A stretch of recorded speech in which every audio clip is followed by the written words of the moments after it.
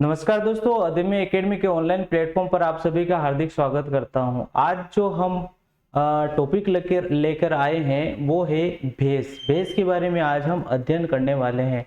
इस पशु परिचर की जो भर्ती है उसमें हम जब पशु परिचर बन जाएंगे, है ना, इसकी इम्पोर्टेंस क्या है वो पहले मैं समझा देता हूँ।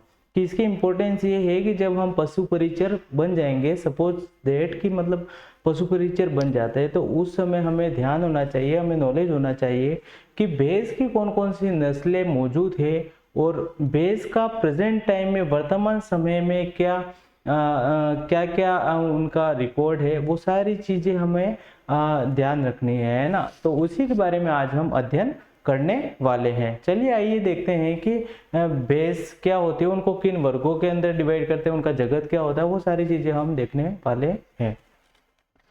तो हम सबसे पहले हम देखने वाले हैं कि जो प्रदेश है ना, प्रदेश में जो पशुओं की जितनी भी नस्लें हैं उनके बारे में आज हम अध्ययन करने वाले हैं। तो ये आपको ध्यान रखना है। तो आपको आज हेडिंग से पता पड़ी क्या होगा कि हम जो आज पढ़ने वाले हैं, आज जो स्टडी करने वाले हैं वो क्या है, भैंस के बारे में आज हम अध्ययन करने वाले हैं। कौन कौन सी भैंसें होती है उनके बारे में भी ध्यान रखेंगे। अब सबसे पहले हम बात करते हैं कि जो ये भैंस होती है उनका जो जगत होता है, जो किंगडम जिसे कहा जाता है, उनको किस जगत के अंदर रखा जाता है। तो वो सबसे पहले है कि सबसे पहले तो इसको किसमें रखेंगे, एनिमल किंगडम के अंदर, जंतु जगत। और फिर दूसरी बात आती है फाइलम। फाइलम को क्या कहते हैं, संघ। किस नाम से जाना जाता है, संघ। और इसको किस संघ में रखते हैं, तो वो ध्यान रखना है, कोर्डेटा। किसमें रखेंगे, इसको कोर्डेटा के अंदर रखते हैं। फिर हम देखें कि इसका जो वर्ग होगी, किस वर्ग के अंदर रखा जाता है, तो ये कौन से वर्ग के अंदर रखेंगे, स्तनधारी, स्तनधारी, है ना, जिसे हम ममेलियंस भी कहते हैं। फिर हम बात करें गण, है ना। गण क्या होता है, ऑर्डर। क्या कहते हैं, ऑर्डर, है ना। तो ऑर्डर क्या होता है, तो इसको किस ऑर्डर के अंदर रखा जाता है, तो हम ऑर्डर की भी बात करते हैं। ऑर्डर होता है आर्टियोडेक्टाइला। कौन सा होता है, आर्टियोडेक्टाइला। ये भी आपको ध्यान रखना है। फिर हम बात करते हैं कि इसकी फैमिली कौन सी हो जाएगी, है ना। तो हमने गाय में भी देखा था कि गाय की जो फैमिली थी वो कौन सी थी, बोविडी, है ना। तो जो जितने भी जो ये अपने पशु हैं, है ना, तो इनकी अलग अलग फैमिलीज होती है। जैसे कि गाय की मैंने बोविडी बताया था, और इसके बाद में ये भैंस का नंबर आया, और भैंस की फैमिली भी क्या है, बोविडी। लिखेंगे बोविडी। तो ये भी आपको ध्यान रखना है। फिर हम बात करें कि इसका जो वंश होता है ना, वंश, है ना, तो वो क्या होता है उसके बारे में भी हम देखते हैं। तो इसका जो वंश होता है वो कहलाता है बुबेलस के नाम से, बुबेलस के नाम से जाना जाता है। और अगर इसकी जाति पूछी जाए, है ना, तो इसकी जो जाति हो जाएगी वो हो जाएगी बुबेलिस, है ना, बुबेलिस, ये आपको ध्यान रखना है।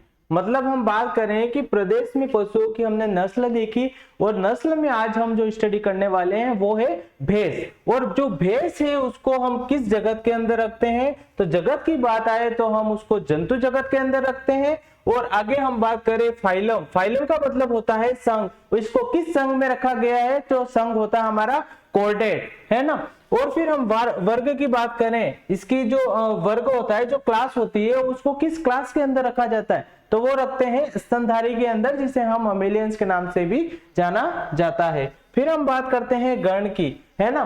तो जो गण होता है वो क्या होता है, ऑर्डर। और ऑर्डर क्या हो जाएगा आपका, आर्टियोडेक्टाइला, है ना, इसके अंदर हम रखते हैं। फिर हमने बात करी कि जो कुल होती है, जो फैमिली होती है, है ना, किस फैमिली के अंदर रखते हैं ये हमने देखा। तो इसकी जो फैमिली होगी वो कौन सी हो जाएगी, तो बोविडी, है ना, इसके बारे में देखा। फिर जो वंश है ना, जो जिन की मतलब किस टाइप का वंश है ये, है ना, तो ये वंश में अगर कैटेगराइज करते हैं तो ये होता है बुबेलस, है ना। और मोस्ट इंपॉर्टेंट पूछते हैं स्पीसीज, है ना, तो जो स्पीसीज होता है उसका, जैसे कि भैंस का साइंटिफिक नेम, वैज्ञानिक नाम अगर पूछा जाए तो वैज्ञानिक नाम क्या हो जाएगा, बुबेलस बुबेलिस। क्या नाम हो जाएगा, बुबेलस बुबेलिस, जो कि एग्जाम के पॉइंट ऑफ व्यू से बहुत इंपॉर्टेंट है, एग्जाम में पूछा जाता है। क्या लिखवाया है मैंने, बुबेलस बुबेलिस, है ना, ये बहुत आपका इंपॉर्टेंट हो जाएगा। तो हमने देखा कि यहाँ पे जो ये भैंस है इसको हम इसका वर्गीकरण किस हिसाब से कर रहे हैं वो उसके बारे में अभी हमने देखा है। फिर हम आज आगे देखने वाले हैं कि आगे क्या है कि एक संस्था है राष्ट्रीय पशु आनुवंशिक संसाधन ब्यूरो, है ना, जो कि कहां पर है, करनाल। इसकी हमने पिछली क्लास के अंदर भी डिस्कस किया था कि जो ये संस्थान है NBAGR, है ना, ये जो संस्थान है इसको हम क्या बोलते हैं, NBAGR, है ना। फिर हम बात करें जो ये ICAR है, ICAR की फुल फॉर्म क्या होती है, ICAR, जो ये ICAR है इसकी फुल फॉर्म होती है Indian council of agriculture research. इसके बारे में कभी पूछ लिया जाए तो इसकी जो मुख्यालय है वो है नई दिल्ली के अंदर, नई दिल्ली, है ना, ये हमें ध्यान रखना है। फिर जो ये ICAR क्या होता है, इस ICAR ने एक संस्था का गठन किया, उसका नाम था NBAGR। और NBAGR क्या होता है, national bureau of animal genetic resources, है ना।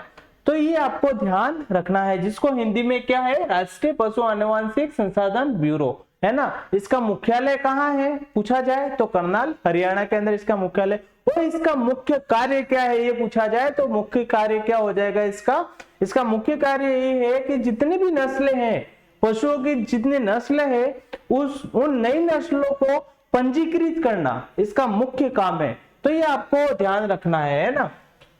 और अगर हम आज वर्तमान समय के अकॉर्डिंग देखें, है ना, किसके अकॉर्डिंग, वर्तमान समय के अकॉर्डिंग देखें तो भारत में भैंस की कुल पंजीकृत नस्लों की बात करते हैं तो कुल पंजीकृत जो नस्लें हैं, है ना, भारत में, तो वो कितनी है, 20। ये आपको ध्यान रखना है। फिर हम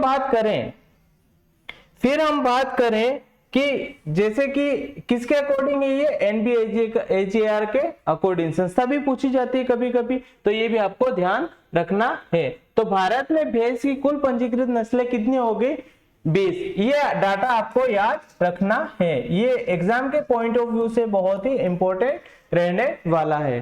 फिर हम देखते हैं नेक्स्ट, इसके बाद में नेक्स्ट जो है वो क्या है, जो विश्व में हम किस में बात कर रहे हैं, विश्व में बात कर रहे हैं। जितने भी भैंसे हैं, है ना, जितने भी भैंसे हैं उन भैंसों को हम 2 भागों में विभाजन करके पढ़ते हैं। और एक जो हमारी भैंस है वो हो जाएगी पहले प्रकार की, वो हो जाएगी अफ्रीकन प्रकार की, है ना, अफ्रीकन भैंस। और जो दूसरे प्रकार की जो हो जाएगी वो हो जाएगी आपकी एशियन भैंस। तो ये आपको ध्यान रखना है।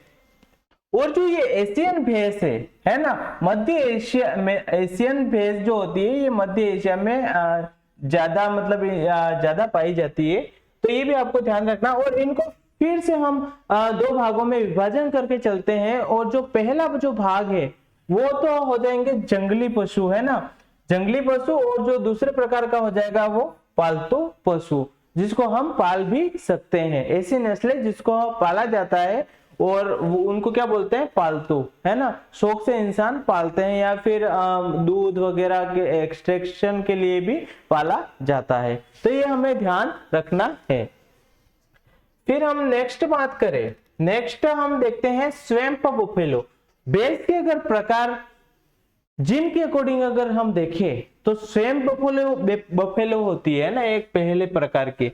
तो ये स्वयं बफेलो होता क्या है, इसमें जो गुणसूत्रों की जो संख्या होती है, इस स्वयं बफेलो है, ये एक एग्जाम के पॉइंट ऑफ व्यू से बहुत ही इंपॉर्टेंट रहने वाला है। इसमें अगर गुणसूत्रों की संख्या, किसकी, गुणसूत्रों की संख्या अगर पूछी जाए, किसकी, गुणसूत्रों की संख्या, तो इसमें कितनी हो जाएगी गुणसूत्र, 48। ये आपको ध्यान रखना है। और ये जो स्वयं बफेलो है, इसके पालने का मतलब यानी कि मुख्य उद्देश्य क्या है, तो मुख्य उद्देश्य ये हो जाएगा, एक तो मांस के उत्पादन के लिए,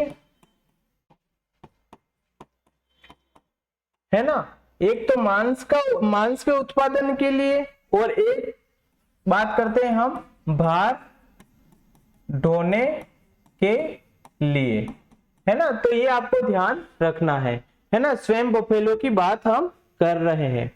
फिर ये वाली जो स्वयं बफेलो है, इसको स्वयं क्यों कहा जाता है, स्वयं का मतलब होता है कीचड़, है ना, मतलब ऐसी भैंस जो कीचड़ में तैरना पसंद करती है ना, जैसे दलदल वाली जो भूमि होती है ना, वहां पर पानी भरा हुआ होगा और वहां पर जो भैंसे तैरना पसंद करती है, वो किस प्रकार की हो जाएगी, स्वयं बफेलो हो जाएगी। मतलब हम कह सकते हैं, क्या कहेंगे हम, कीचड़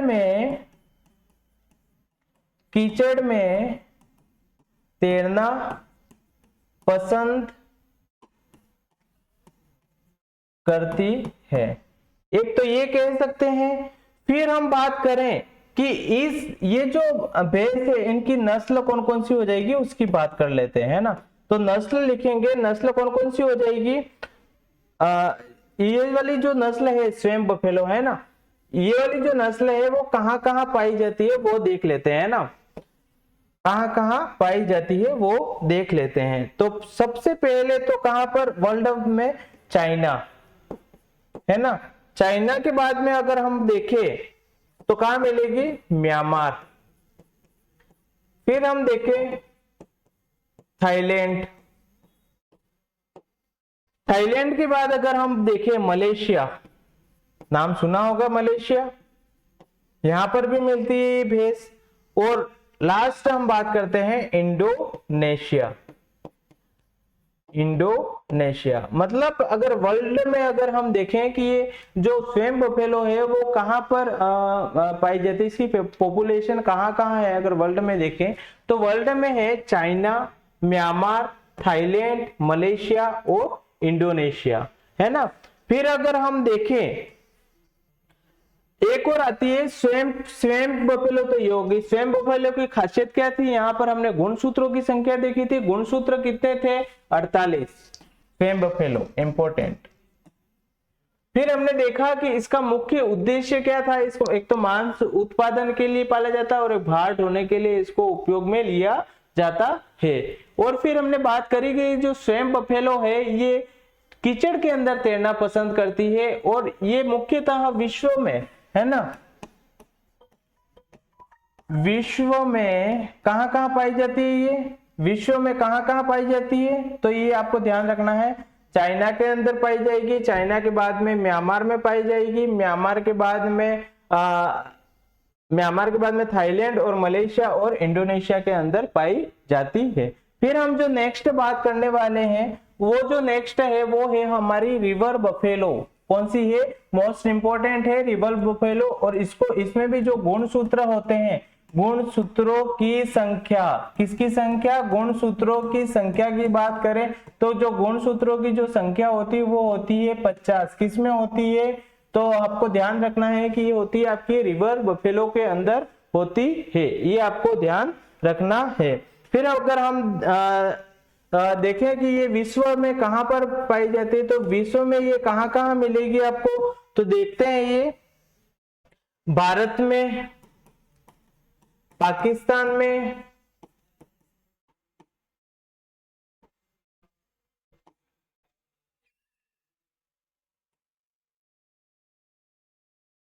भारत, पाकिस्तान, है ना, ये आपको ध्यान रखना है।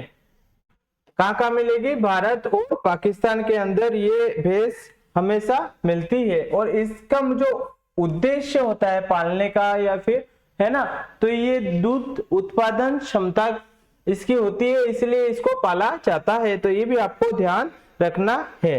किस लिए पाला जाता है इसको? दुग्ध उत्पादन के लिए, है ना। तो ये आपको ध्यान रखना है।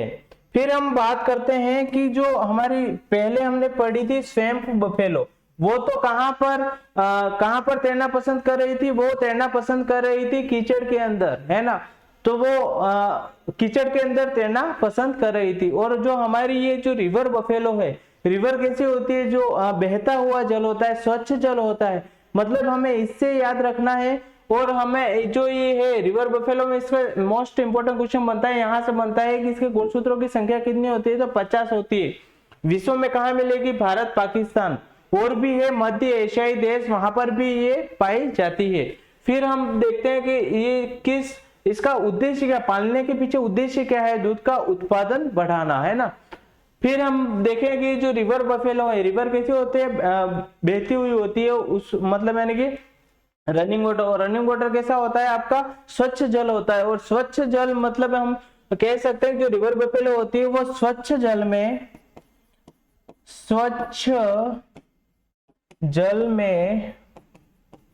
तैरना पसंद करती है ना। तो ये आपको ध्यान रखना है इसके बारे में।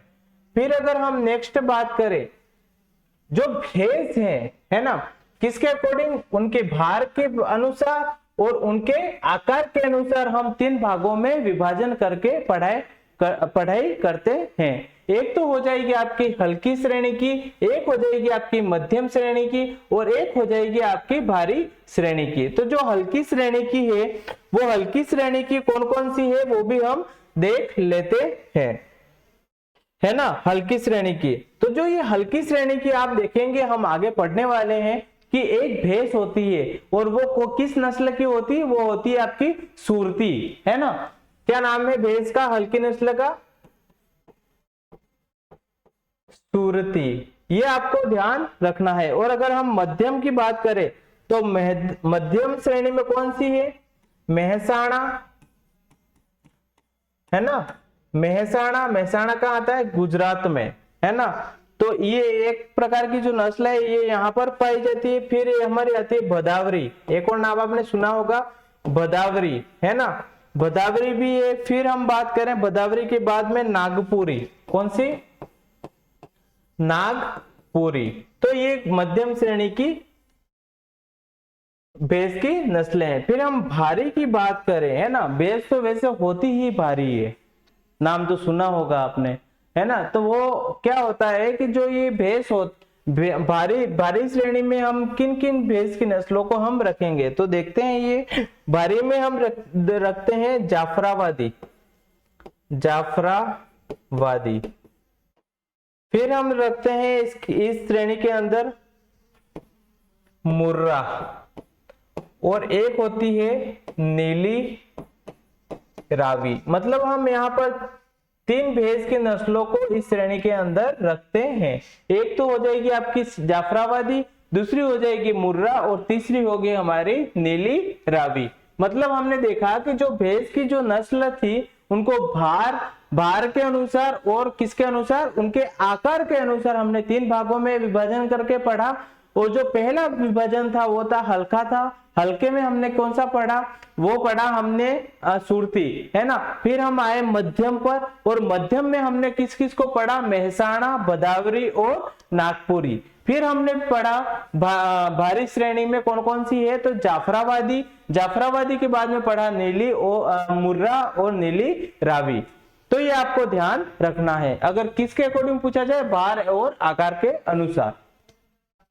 फिर अगर हम देखें नेक्स्ट हम देखते हैं कुछ इंपॉर्टेंट पॉइंट्स देख लेते हैं, क्योंकि यहां से क्वेश्चन आने की बहुत ज्यादा संभावना रहती है और संभावना बहुत ज्यादा यहां से रहती है। तो सर्वश्रेष्ठ नस्ल अगर कहे, कहां पर कहे? विश्व में। अगर सर्वश्रेष्ठ नस्ल कहे विश्व में, है ना, विश्व की बात करें, और भैंस की सर्वश्रेष्ठ नस्लें कहाँ पाई जाती है?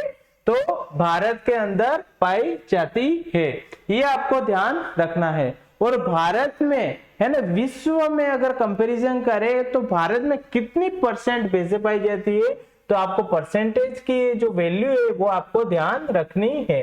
कितनी हो जाएगी? 54%, है ना।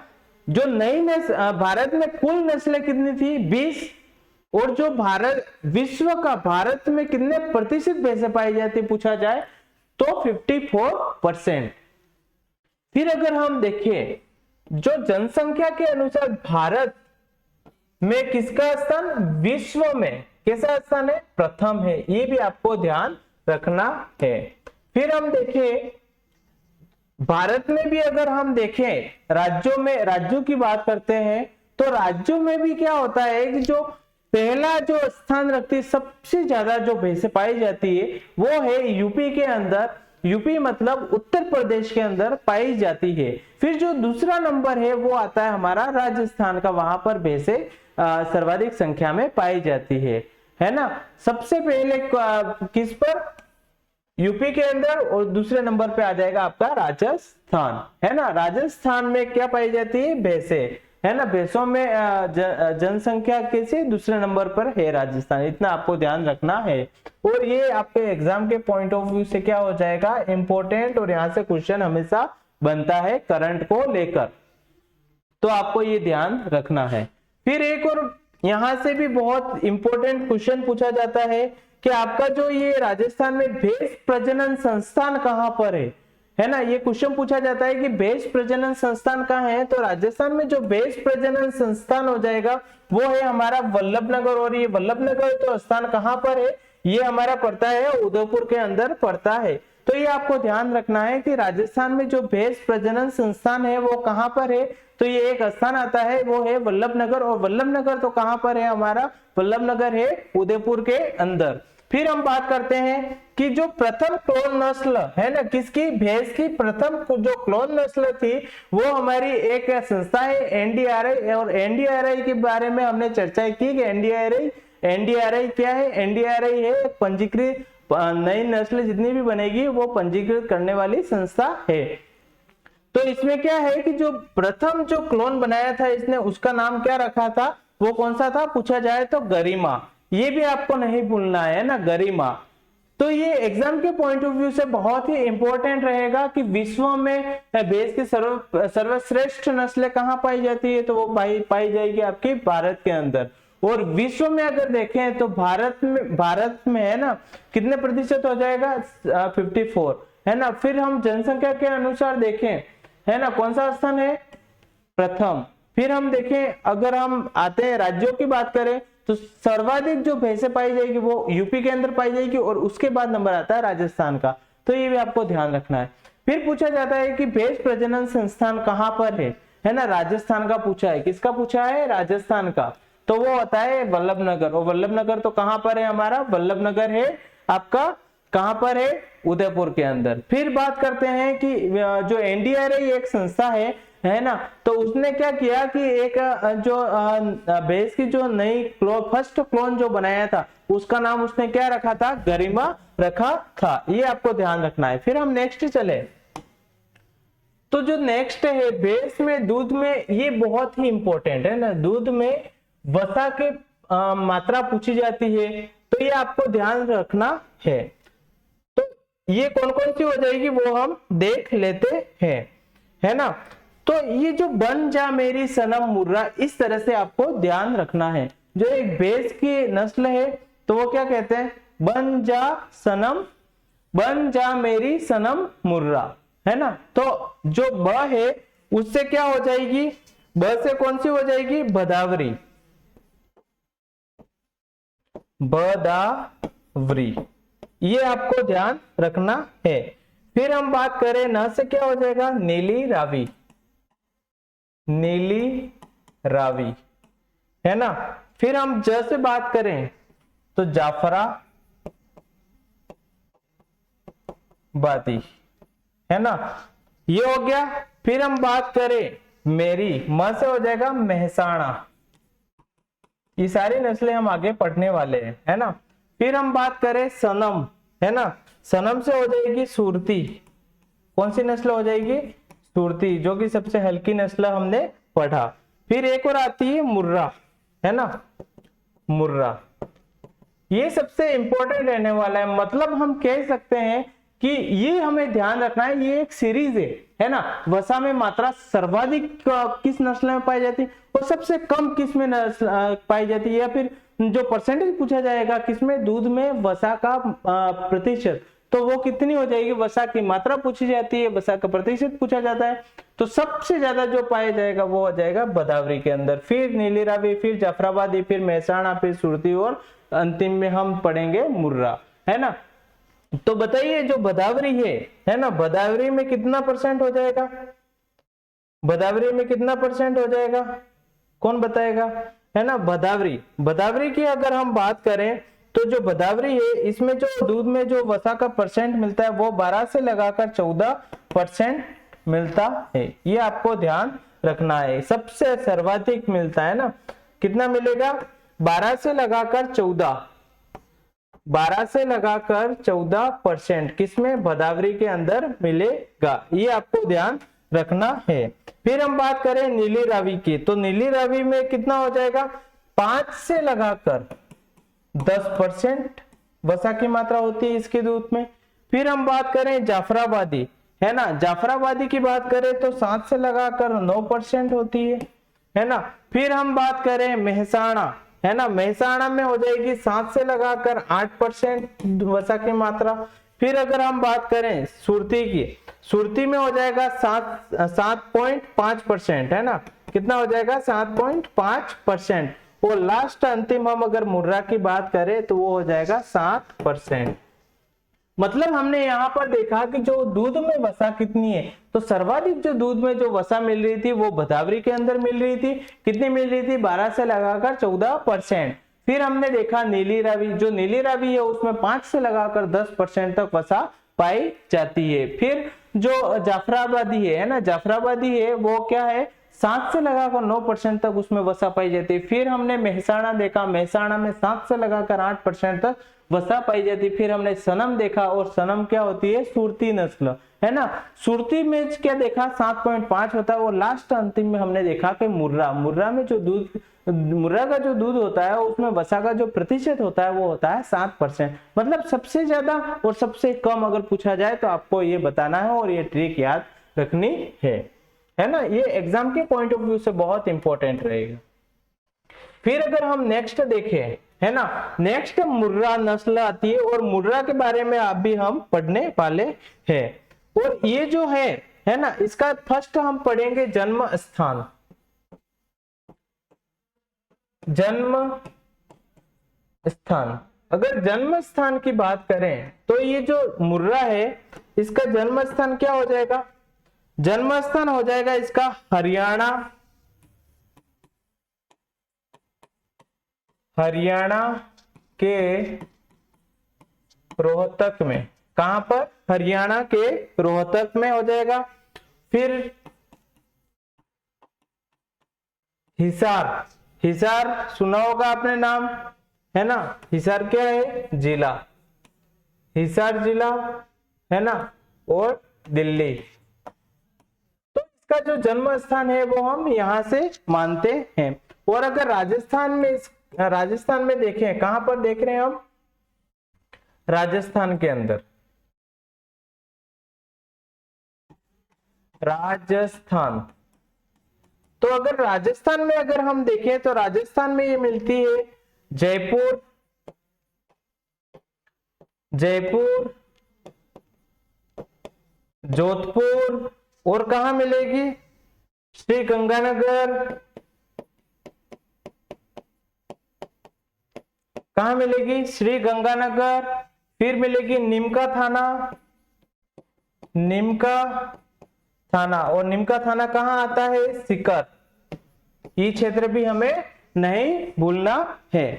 फिर जो हम बात करें, है ना, इसकी जो पूंछ होती है ना, पूंछ होती है वो हॉक जॉइंट तक जाती है। मतलब यानी कि जो पैर होते हैं ना, इसके जो ये पैर होते हैं, पैर इस तरह से मुड़े हुए होते हैं ना, तो ये इसको बोलते हैं हम हॉक जॉइंट। क्या बोलते हैं? हॉक जॉइंट कहते हैं। और इसकी जो पूंछ निकलेगी है ना, जो पूंछ निकलेगी वो यहां तक जाएगी, मतलब हॉक जॉइंट तक इसकी पूंछ जाती है। फिर हम बात करें कि इसके नाम क्या क्या हो जाएंगे, तो इसके जो नाम हो जाएंगे वो नाम क्या क्या रहने वाले हैं? इसका नाम, इसके जो अन्य नाम किस किस नाम से जाना जाता है, तो इसको बोलते हैं एक तो दिल्ली बफेलो के नाम से भी जाना जाता है। इसको किस नाम से जानते हैं? दिल्ली बफेलो के नाम से भी जाना जाता है। और एक और इसका नाम होता है वो है कुंडी। क्या नाम है? कुंडी। मतलब हमने देखा कि यहाँ पर ये सबसे पहले तो इसका जन्म स्थान कौन सा है, तो जन्म स्थान था वो कौन सा था? हरियाणा के रोहतक में, फिर हिसार में देखा और लास्ट में हमने देखा दिल्ली के अंदर देखा। फिर हमने देखा कि राजस्थान में ये इसका जो प्रचार है वो कहां पर है, तो हमने देखा कि जयपुर, जोधपुर, श्री गंगानगर और निमका थाना, और निमका थाना क्षेत्र कहां पड़ता है? तो सीकर के अंदर पड़ता है। ये आपको ध्यान रखना। और इसके अगर अन्य नाम पूछे तो इसके जो जन्म स्थान है वो दिल्ली होने के कारण इसको दिल्ली बफेलो के नाम से भी जाना जाता है। और एक और नाम से जाना जाता है कुंडी, तो ये भी आपको ध्यान रखना है। फिर अगर हम देखें तो इसका जो सिर है, ये जो सिर है ये कैसा होता है? छोटा होता है। और ललाट कैसी होती है? इसकी जो मुख होता है वो उभरा हुआ होता है, आगे इस तरह से होता है। तो ये आपको ध्यान रखना है। और ये जो है हमने मुर्रा में अगर हमने अभी क्या पढ़ा था? दूध में वसा का प्रतिशत। तो मुर्रा में जो दूध में वसा का प्रतिशत, तो वो कितना हो जाएगा? 7%। कितना हो जाएगा? 7%। मोस्ट इंपोर्टेंट, मुर्रा जो नस्ल है उसकी जो दूध होता है उसमें वसा का परसेंट पूछा जाता है एग्जाम के अंदर, तो वो कितना हो जाएगा? 7% हो जाएगा। फिर अगर हम देखें नेक्स्ट कि इसकी जो दूध होता है वो उत्पादन क्षमता कितनी होती है, मतलब ये कितना प्रति ब्याज कितना दूध उत्पादन करेगी, तो वो हो जाएगा आपका 1800 से लगाकर 2500 लीटर प्रति ब्यात, है ना, प्रति ब्यात। तो ये आपको ध्यान रखना है। फिर अगर हम देखें कि इसके जो सींग होते हैं वो कैसे होते हैं, इसके सींग इस तरह से मुड़े हुए होते हैं, जैसे हमारी जलेबी होती है ना उस तरह से दिखते हैं, इसीलिए इसके जो सींग होते हैं वो किस तरह के होते हैं? जलेबी के समान होते हैं। ये भी आपको ध्यान रखना है। और इसमें जो एक जो हम्प होता है और गलकंपन होता है, मतलब ये क्या होता है? ये तो गलकंपन कहते हैं और यहाँ पर हम्प होता है। तो ये जो हम्प और जो गलकंपन है इस मुर्रा नस्ल के अंदर क्या होता है? अनुपस्थित होता है, एब्सेंट होता है। ये अब हमको ध्यान रखना है। फिर अगर हम नेक्स्ट बात करें, है ना, तो इसके जो कान होते हैं वो लटके हुए रहते हैं, ये आपको ध्यान रखना है ना। तो और इसका जो रंग हो जाएगा वो कैसा हो जाएगा? रंग की एग्जाम में क्वेश्चन रंग से आ जाता है कभी कभी, तो ये भी हम देख लेते हैं। तो इसका जो रंग हो जाएगा वो कैसा हो जाएगा? चमकीला काला, चमकीला काला। मतलब जो ये मुर्रा नस्ल है, ये मेन जो इंपॉर्टेंट पॉइंट है वो हमको ध्यान रखना है। किसके बारे में? मुर्रा नस्ल के बारे में हमें ध्यान रखना है। फिर अगर हम नेक्स्ट चले, जो मेहसाणा है ना, मेहसाणा, इस मेहसाणा के बारे में अगर हम अध्ययन करें तो ये जो मेहसाणा जो नस्ल है इसका जो जन्म स्थान है, किसकी बात करेंगे?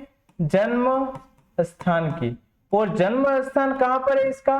गुजरात का मेहसाणा क्षेत्र। कौन सा है? गुजरात का मेहसाणा क्षेत्र, है ना। और जो ये इसके जो मुख है वो कैसा होता है? उभरा हुआ ही होता है। ये भी आपको ध्यान रखना है। ये जो चित्र में देख रहे हैं वो एक मेहसाणा प्रकार की भैंस की नस्ल है जो आप चित्र में देख रहे हैं। फिर अगर हम इसमें देखें, है ना, तो ये जो मेहसाणा जो नस्ल है वो किस किस की संकरण से अगर उत्पन्न हुई है, तो ये संकरण आपको ध्यान रखना है। इसका संकरण करवाया था हमने किस किस के बीच में संकरण करवाया था? एक तो थी नस्ल हमारी मुर्रा। कौन सी नस्ल थी? मुर्रा। कौन सी नस्ल थी? मुर्रा। और एक जो नस्ल थी वो कौन सी थी? सुरती। तो ध्यान रखना है कि मुर्रा और सुरती जो नस्ल थी, है ना, उसमें क्रॉस करवाया, है ना, अच्छी नस्ल थी, अच्छी नस्ल थी, तो उसमें क्रॉस करवाया और क्रॉस ये वाली नस्ल ली और ये वाली नस्ल ली, इसमें हमने क्रॉस करवाया। वो क्रॉस के बाद में इस संकरण से उत्पन्न हमारी कौन सी हुई है? मेहसाणा नस्ल हुई है। ये हमें ध्यान रखना है। और राजस्थान में इस अगर देखें तो ये जो गुजरात है वो राजस्थान से क्या समीपवर्ती, मतलब यानी कि अटैच है, इसलिए इस नस्ल को पढ़ा जाता है ना। सामान्यतः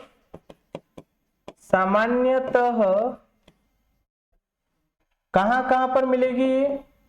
सामान्यतः हमारी मिलेगी ये राजस्थान के कुछ क्षेत्रों में ही मिलेगी, है ना। तो ये इतना सा ध्यान रखना है। फिर हम बात करें कि इस मेहसाणा जो नस्ल थी इसके दूध में वसा का प्रतिशत, हमने देखा दूध में वसा का प्रतिशत कितना था? 7 से लगाकर 8% था। ये भी हमने देखा। किसमें देखा हमने? इसके अंदर देखा। फिर हमने देखा कि इसका जो दुग्ध उत्पादन क्षमता कितनी हो जाएगी? दुग्ध उत्पादन क्षमता, इसकी जो दुग्ध उत्पादन क्षमता होगी वो कितनी हो जाएगी? 1200 से लगाकर 1700 लीटर प्रति ब्यात, है ना। तो आपको ये भी ध्यान रखना है। फिर इसकी जो नस्ल होती है नर और मादा, तो बाहर से क्वेश्चन पूछा तो नहीं जाता लेकिन फिर भी हम लिख लेते हैं, है ना। तो अगर हम बात करें नर की, भार में अगर हम बात करें नर की, किसकी बात कर रहे हैं? नर की बात करें तो नर कितना हो जाएगा? लगभग 500 किलोग्राम। और अगर हम मादा की बात करें तो मादा लगभग कितनी हो जाएगी? 420 किलोग्राम। तो ये भी आपको ध्यान रखना है। और एक ध्यान रखना है कि जो ये भैंस होती है ना, ये जो भैंस होती है उसका जो दुग्ध काल होता है वो सर्वाधिक लंबा होता है। एक पॉइंट आपको ये भी लिखना है कि ये जो भैंस है ना, ये जो भैंस है इसका जो दुग्ध काल, क्या? दुग्ध काल सर्वाधिक लंबा। ये भी आपको एक पॉइंट ध्यान रखना है। एग्जाम के पॉइंट ऑफ व्यू से बहुत ही इंपॉर्टेंट रहेगी। और इसके सींग वगैरह के बारे में इतना नहीं पूछा जाता है क्योंकि ऑथेंटिक इंफॉर्मेशन मतलब पूछी जाती है, मतलब यानी कि ऐसे नहीं पूछेंगे कि गाय का रंग कैसा, मतलब कभी कभी पूछ लेते हैं, फिर भी आपको मोटा मोटा आपको ध्यान रखना है। फिर हम बात करें, है ना, तो जो ये मेहसाणा जो नस्ल है इसका कैसा रंग हो जाएगा? काला भूरा, है ना। कैसा हो जाएगा? मिश्रित रंग हो जाएगा। इसकी रंग की बात करें तो कैसा हो जाएगा? काला भूरा, काला भूरा। तो ये आपको ध्यान रखना है। मतलब हम बात करें कि जो हमने ये नस्ल ली है मेहसाणा, ये जो नस्ल है इसका जन्म स्थान हमने देखा, जन्म स्थान कहाँ था? गुजरात का मेहसाणा क्षेत्र था। और फिर हमने देखा कि ये राजस्थान में सामान्यतः कहाँ? कुछ क्षेत्रों में पाया जाता है, क्योंकि जो गुजरात है वो राजस्थान से अटैच मतलब समीपवर्ती क्षेत्र है, इसीलिए राजस्थान में भी कुछ क्षेत्रों में मिलेगी। फिर हम बात करते हैं कि इसका जो रंग होता है वो रंग कैसा देखा हमने? काला भूरा होता है। फिर हमने देखा कि ये जो भैंस है ना, इसमें जो दुग्ध काल होता है वो सर्वाधिक लंबा होता है। फिर हमने देखा दूध में वसा का प्रतिशत कितना होता है, तो 7 से लगाकर 8% होता है। और दूध उत्पादन क्षमता की बात करें तो 1200 से लगाकर 1700 लीटर प्रति ब्यात होता है। ये आपको ध्यान रखना है। फिर हम बात करें इसके संकरण की, तो एक मुर्रा नस्ल ली और एक ली हमने सुरती। इन दोनों का संकरण करवाया और संकरण से जो उत्पन्न हुई वो कौन सी थी? मेहसाणा नस्ल। तो इतनी जानकारी आपको ध्यान रखना है। फिर अगर हम बात करें, नेक्स्ट आती है हमारी जाफराबादी, जैसा कि आप चित्र में देख रहे हैं। तो चित्र में देख रहे हैं जैसे कि ये जाफराबादी कहाँ है, ये चित्र में देख रहे हैं आप, फिर इसका जो जन्म स्थान की बात करते हैं, सबसे पहले तो हम कहाँ क्या बात करते हैं, जन्म स्थान की बात करते हैं। और ये जो इसका जन्म स्थान है वो कहां पर हो जाएगा, गुजरात के काठियावाड़ क्षेत्र है ना, काठियावाड़ क्षेत्र इसका जन्म स्थान हो जाएगा। फिर जो इसकी जो उत्पत्ति थी वो कहां पर हुई थी, गिर का वन तो सुना ही होगा, और गिर वन कहां पर है, गुजरात के अंदर। तो ये भी आपको ध्यान रखना है। और ये जो नस्लें है वो राजस्थान में कहां पर मिलती है, तो राजस्थान में ध्यान रखना है कि ये जो नस्लें मिलेगी वो कहां मिलेगी, जाफराबादी ये मिलेगी सांचौर क्षेत्र, और एक मिलेगी जालोर का क्षेत्र।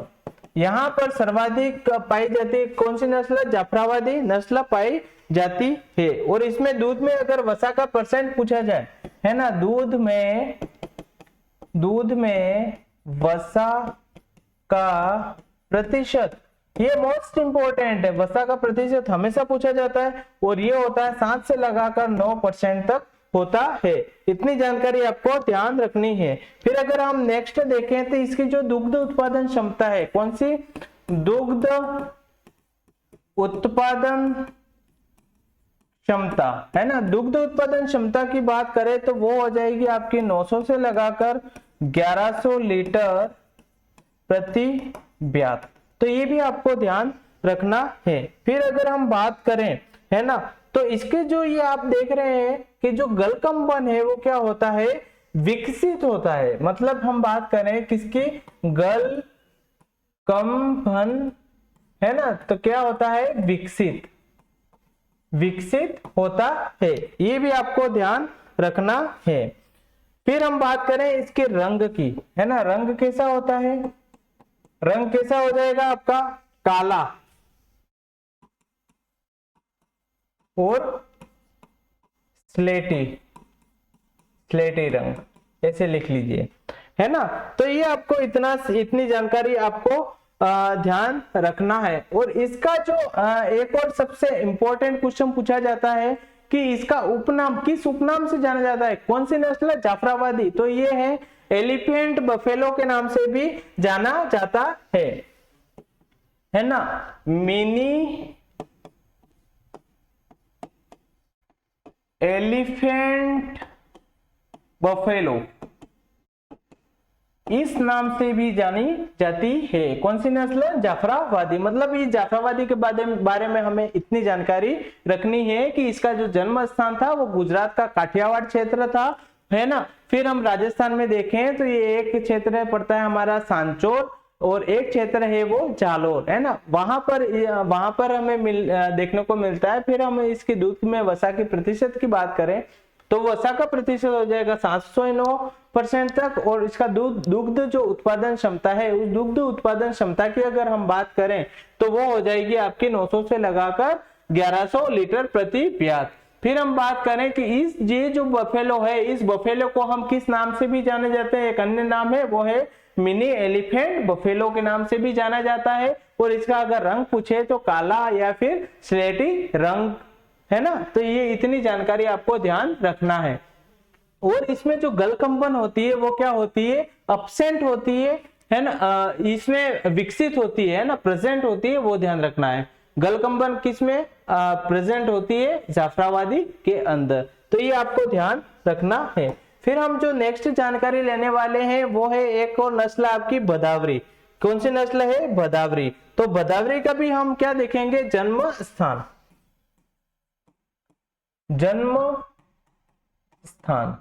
तो ये इसका जो जन्म स्थान हम कहां पर देखते हैं, एक तो हमारा पड़ता है आगरा क्षेत्र, और ये आगरा कहां पर है, यूपी के अंदर है ना। एक तो ये आपको ध्यान रखना है। फिर हम बात करें, एक आता है आपका ग्वालियर।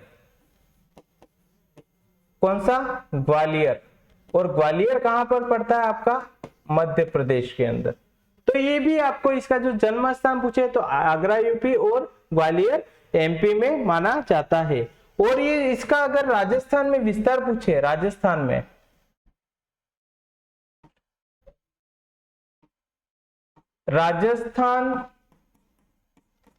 में मुख्यतः यह मिलती है भरतपुर और कौन सा क्षेत्र, धौलपुर का क्षेत्र, वहां पर मिलती है। ये आपको ध्यान रखना है भदावरी के बारे में। फिर अगर हम बात करें इसमें क्या होता है, भदावरी की हमने बात करी थी इस भदावरी की, तो इसमें जो मोस्ट इंपोर्टेंट दूध में वसा का प्रतिशत, दूध में वसा का प्रतिशत पूछा जाए तो कितना बताया था, सर्वाधिक होता है 12 से लगाकर 14% तक होता है, इतना ध्यान रखना है। फिर इसकी पूछी जाती है दुग्ध उत्पादन क्षमता, दुग्ध उत्पादन क्षमता क्या पूछा जाता है, दुग्ध उत्पादन क्षमता, और वो होती है 800 से लगाकर 1200 लीटर प्रति व्यात होती है ना, ये भी आपको ध्यान रखना है। फिर अगर हम बात करें कि इसके इस जो ये वाली जो नस्ल है इसका जो नर होता है ना, जिसको हम किस नाम से जानते हैं, भैंसा, भैंसा कहते हैं, जो कि इसका जो भैंसा होता है वो किसी के लिए जाना जाता है, भारवाहक, भारवाहक है ना, भैंसा करके लिख लेता हूं। इसका जो भैंसा होता है वो कि भारवाहक मतलब भार ढोने में काम लिया जाता है, ये आपको ध्यान रखना है। फिर इसका जो रंग पूछा जाता है तो रंग कैसा हो जाएगा,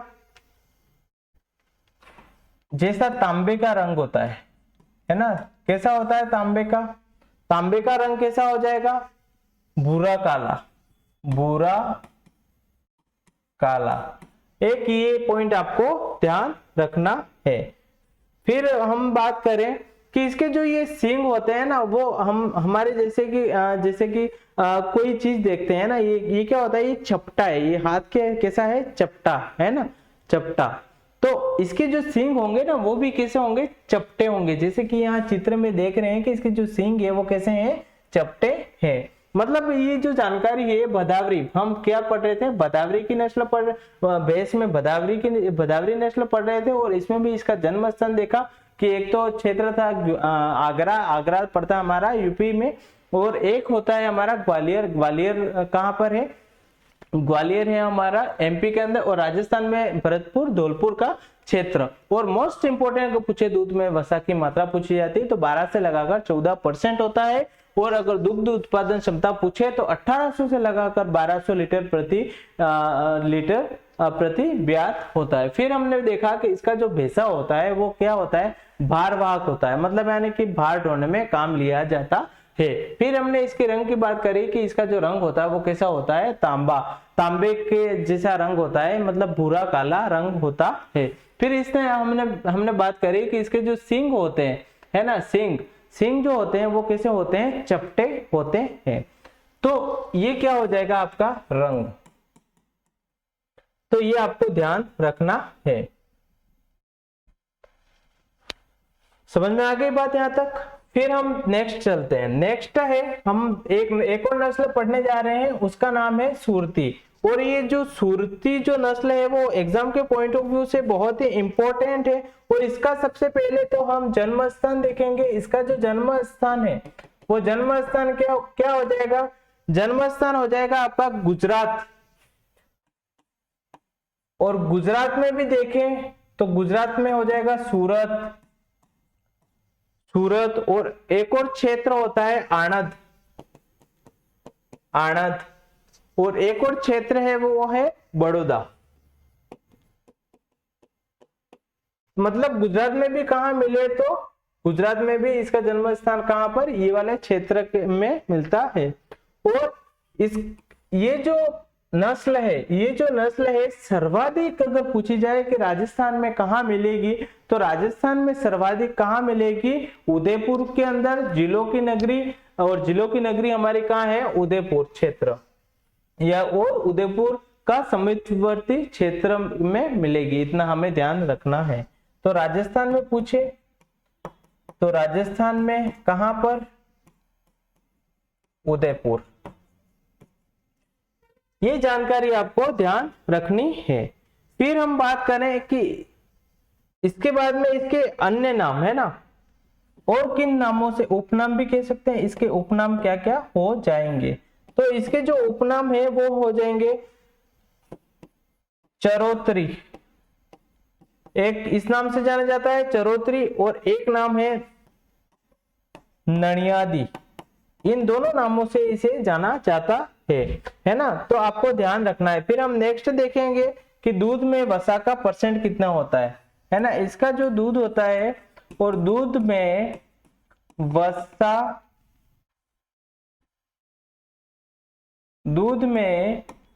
वसा का प्रतिशत, तो जो दूध में वसा का जो प्रतिशत हो जाएगा वो हो जाएगा हमारा, कितना हो जाएगा, 7.5%।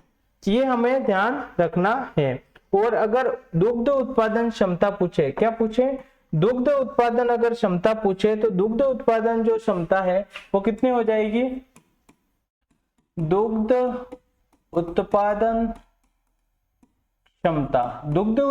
जो क्षमता हो जाएगी वो हो जाएगी 1500 से लगाकर 1700 लीटर प्रति ब्यात। ये भी आपको ध्यान रखना है ना। फिर हम बात करें कि इसकी जो ये ललाट होती है वो कैसी होती है, उभरी हुई होती है, ये भी हमें ध्यान रखना है। और इसका जो सिर होता है वो कैसा है, छोटा होता है। फिर हम बात करें कि इसके जो नर होता है उसका भार,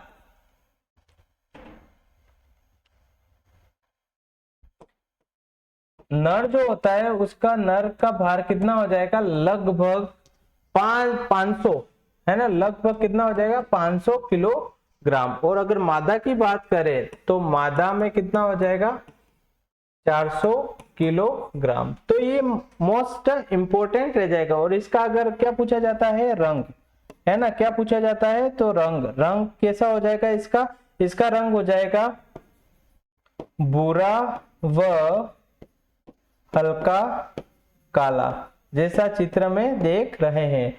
चित्र में तो हमें तो भैंस तो हमें पता है। आपके दिमाग में देखिए एक ही चीज आती है कि भैंस तो कैसी होती है, काला है ना, काली है ना। तो ऐसे आपको ध्यान होगा, है ना। तो लेकिन क्या होता है कि जैसे इसका रंग पूछा जाए तो भूरा और हल्का काला हमें बताना है। फिर हम बात करें, ये वाली जो नस्ल है सुरती है ना, इसको हम किस श्रेणी के अंदर पढ़ी थी, ये है एक हल्की नस्ल है ना। तो ये भी आपको ध्यान रखना है, ये किस प्रकार की है, हल्की नस्ल। ये भी हमने पिछली स्लाइड में हमने जानकारी ली थी। तो इतनी सी आपको जानकारी इस सुरती के बारे में ध्यान रखना है कि इसका जो जन्म स्थान है वो गुजरात के अंदर है। फिर उदयपुर राजस्थान में बात करें तो उदयपुर में इसका विस्तार है। फिर हम आगे बात करें तो ये जो सुरती जो नस्ल है वो हल्की नस्ल है। फिर इसके उपनाम की बात करें तो चरोतरी और ननियाद के नाम से भी जाना जाता है। इसके रंग की बात करी। फिर हमने दूध में वसा, इंपॉर्टेंट, किसमें, दूध में वसा, ये आपका एग्जाम के पॉइंट ऑफ व्यू से बहुत इंपॉर्टेंट हो जाएगा। 7.5% इसमें दूध में वसा पाई जाती है। फिर हमने दुग्ध उत्पादन क्षमता कितनी होती है उसके बारे में हमने अध्ययन किया। फिर हम जो नेक्स्ट हम देखने वाले हैं वो है नीली रावी, है ना। नीली रावी ऐसी होती है ना। तो इसके बारे में भी हम एक एक पॉइंट लेकर और इसके बारे में भी जानकारी प्राप्त करते हैं। जैसे नीली रावी के बारे में अगर हम अध्ययन करें, किसके बारे में अध्ययन कर रहे हैं, है ना, नीली रावी। तो जो ये नीली रावी है इसका उत्पत्ति स्थान, है ना, उत्पत्ति स्थान, तो इसका जो उत्पत्ति स्थान हो जाएगा वो कौन सा क्षेत्र हो जाएगा, पंजाब।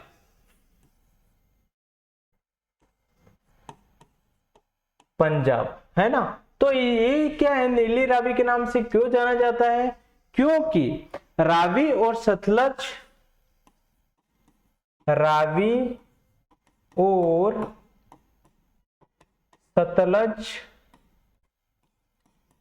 नदी के किनारे, सामान्यतः ये कहां पर मिलती है, रावी और सतलज जो नदियां हैं उनके किनारों पर मिलती है। कहां पर, पंजाब के अंदर। इसीलिए ये जो गाय है इसको नीली रावी के नाम से भी जाना जाता है। और अगर हम बात करें पंजाब में और राजस्थान है ना, पंजाब में तो हमने देख लिया, फिर हम बात करें राजस्थान। राजस्थान में कहां कहां मिलेगी, तो राजस्थान में बात करें, एक तो जिला आपका है श्री गंगानगर, और एक जो जिला है वो है आपका हनुमानगढ़।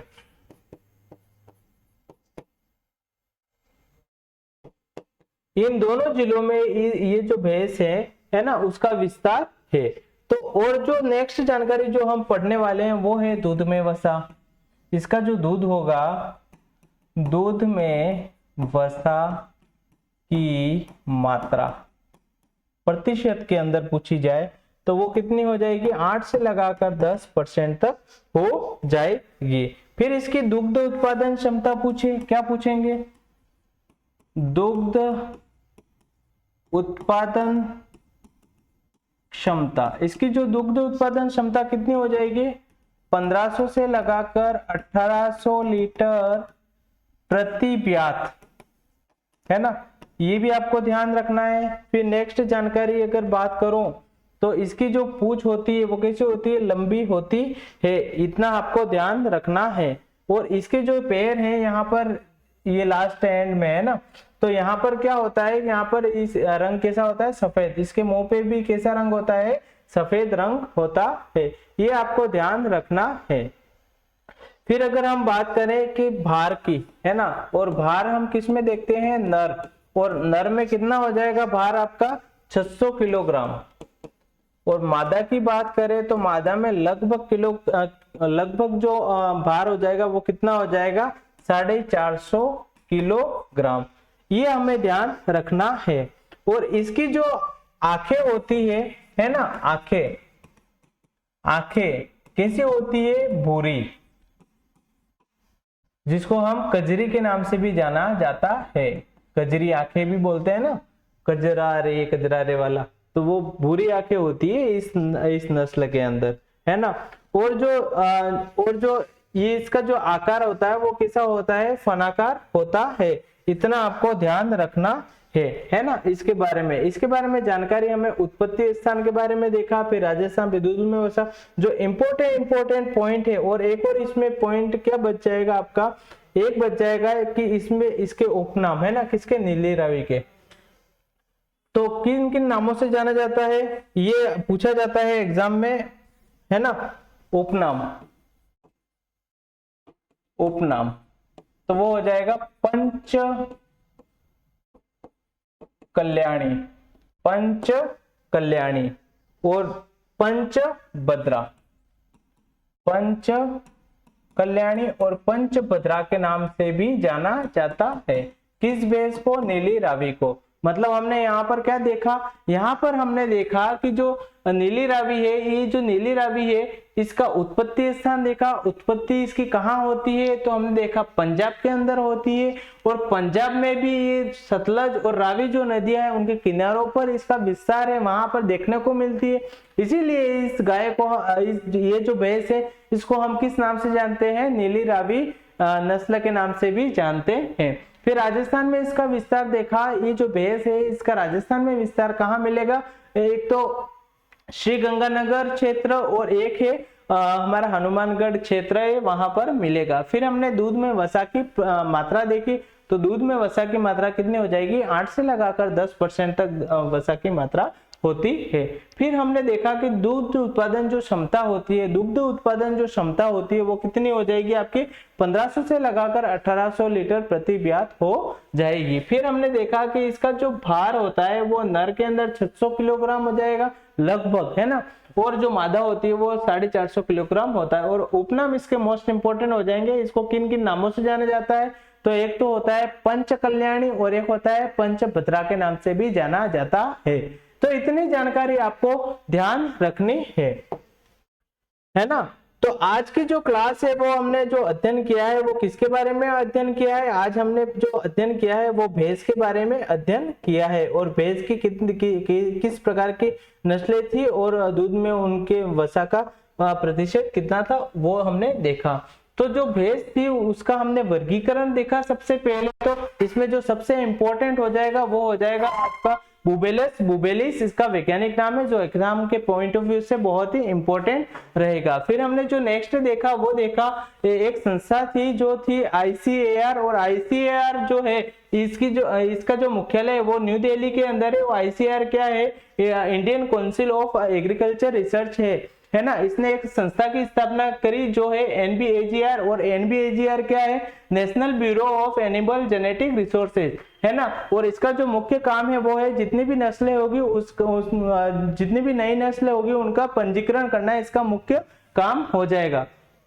फिर अगर भारत में इसकी कुल पंजीकृत नस्ल देखें भैंस की तो वो कितनी हो जाएगी, 20, है ना। ये करंट के डेटा के हिसाब से आपका इंपॉर्टेंट हो जाएगा। फिर हमने नेक्स्ट देखा कि जो विश्व में अगर समस्त जितनी भी भैंस है उनको दो भागों में विभाजन करके हमने स्टडी करी थी, एक अफ्रीकन और एक एशियन।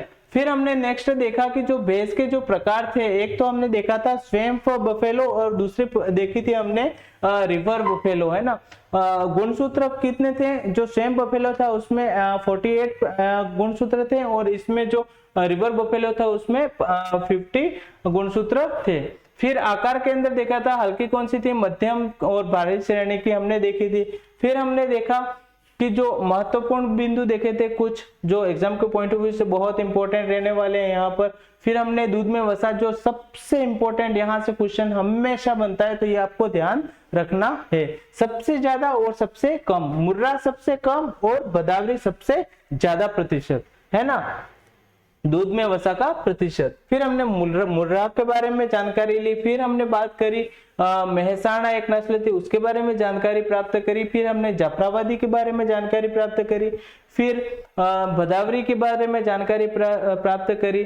फिर हमने देखा कि जो सुरती नस्ल है उसके बारे में जानकारी प्राप्त करी, जो कि उदयपुर के क्षेत्र में इसका जो विस्तार था। फिर हमने नीली रावी के बारे में अध्ययन करा। तो इस प्रकार से हमने आज भैंस की जितनी नस्ल थी उसको वर्गीकरण उसके बारे में आज हमने अध्ययन कर लिया है ना। आई होप आपको सारी चीजें समझ में आई होगी।